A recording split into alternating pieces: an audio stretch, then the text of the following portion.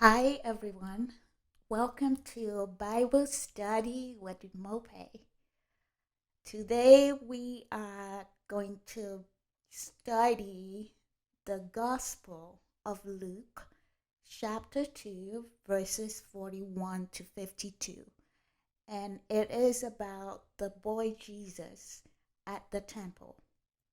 And I read, every year Jesus' parents went to Jerusalem for the festival of the Passover.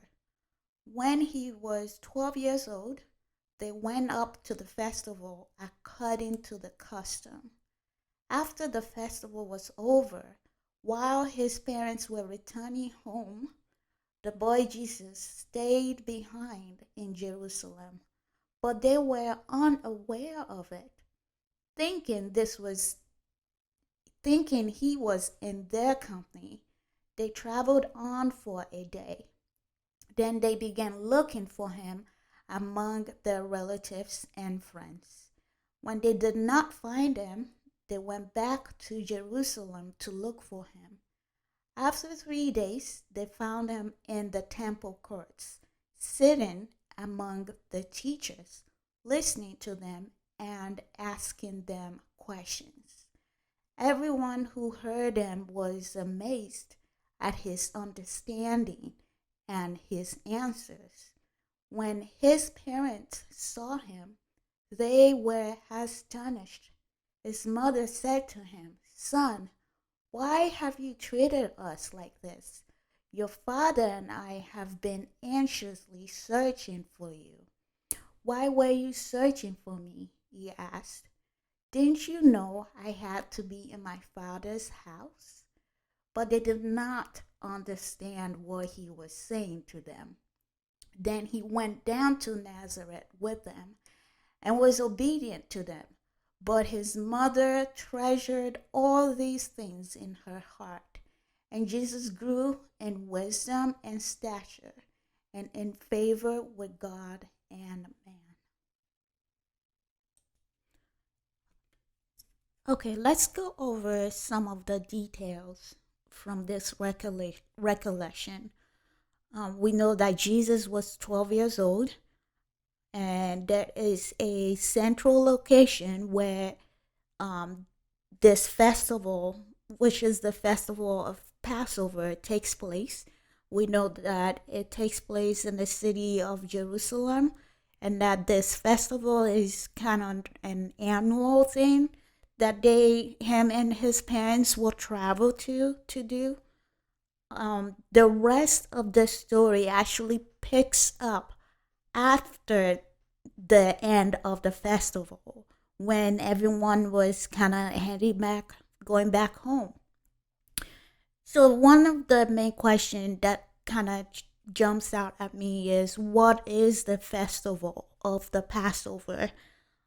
So here's a short um, overview of that festival. Passover is a biblical festival that celebrates the Israelites' deliverance from slavery in Egypt, as described in the book of Exodus. It was first observed when God instructed the Israelites to sacrifice a lamb and mark their doorpost with its blood so that the plague of the firstborn would pass over their homes. So this is talking about, if you go to the book of Exodus, right around the time when God, through Moses, asked that the Pharaoh would let his people go, which are the Israelites.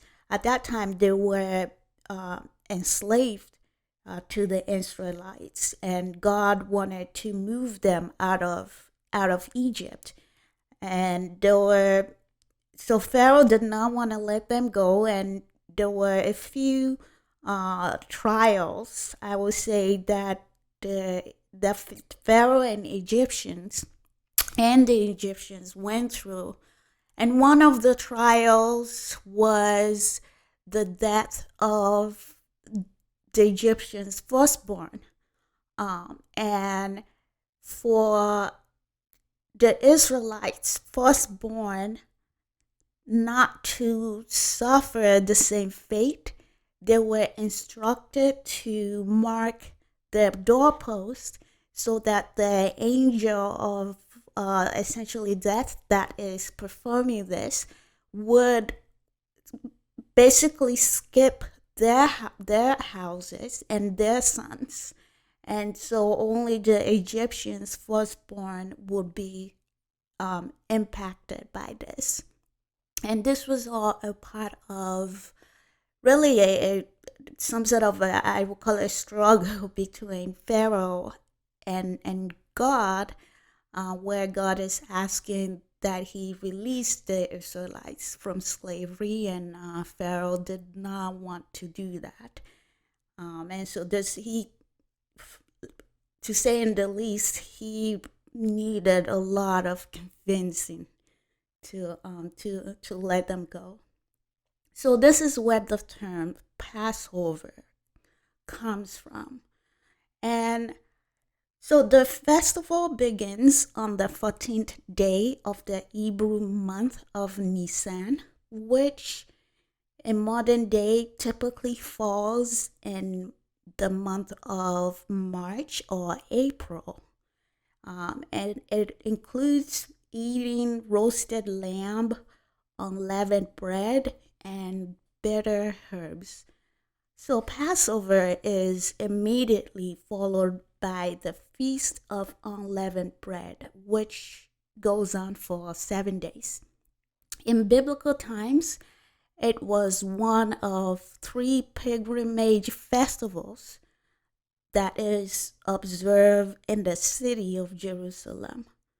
So this was the festival that Mary and Joseph and Jesus this is where they went. This is where the story kind of starts. So by the way, Passover is still celebrated today, mainly by Jewish communities around the world. It is marked by a meal called the Seder. Probably not saying that right.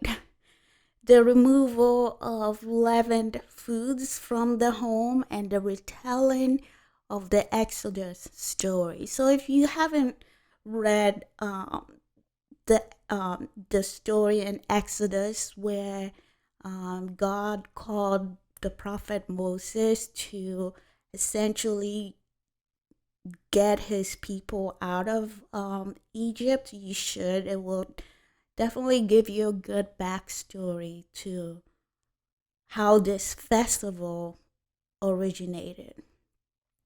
So some Christian groups also celebrate Passover, but more in the symbolic sense. They see it as a foreshadow of Jesus' death on the cross. And it's also celebrated through special meals or teachings during the week leading up to Easter Sunday in the Christian calendar. So that's a short overview of the Passover, why, where it came from, and why it is celebrated. Again, this is when the firstborn of the Egyptians were essentially killed, but the firstborns of the Israelites were spared because of the blood of the lamb that they put on their doorpost during their exodus from Egypt.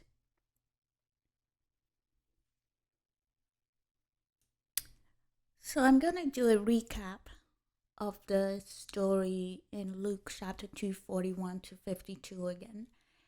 And in short, Jesus and his parents went to Jerusalem to celebrate the festival of the Passover.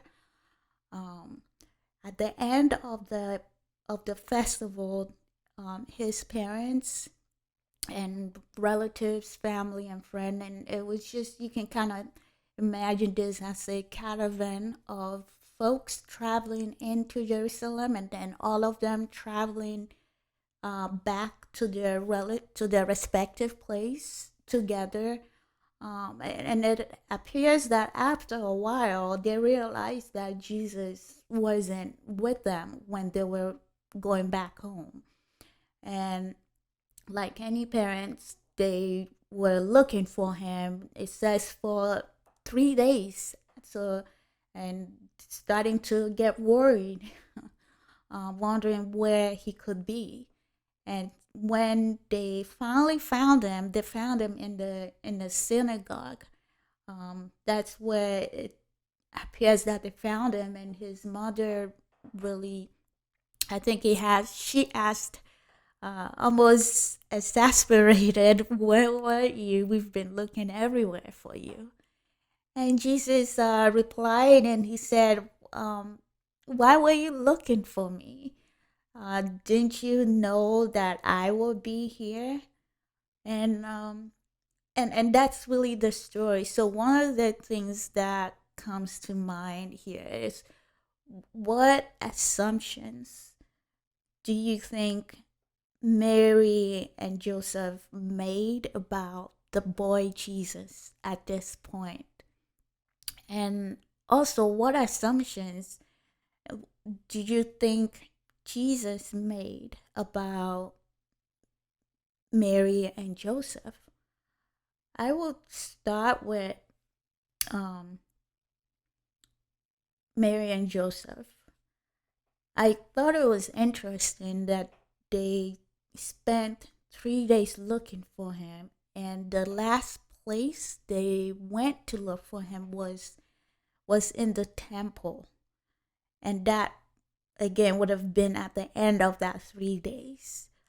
I I suppose, knowing all the how Jesus was conceived, and his birth, and all the just all the confirmation that they've received earlier from all the people that were waiting for the Messiah, and how the angel appeared to Mary and to Joseph. I guess I would I would wonder why the last place they went to look for him was at the temple, and that was after 3 days. And so I wonder if that tied to Jesus' question of, why were you searching for me? Why were you searching for me? Maybe I what if they have just went straight to the temple first to look for him?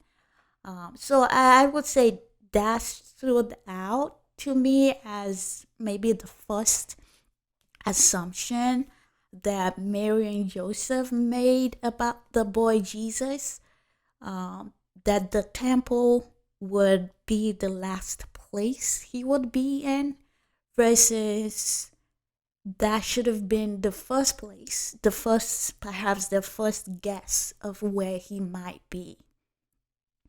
And then on Jesus' hand, I would say that his assumption about Mary and Joseph is that they would know exactly where he was. If they couldn't find him among the relatives, from the moment they realized that he wasn't with them, perhaps the boy Jesus thought they would immediately go, "Oh, he's in the temple. Let's go and find this boy." um, so I would say those are the two main assumptions that stood out to me from both parties, Jesus and then his parents. Um,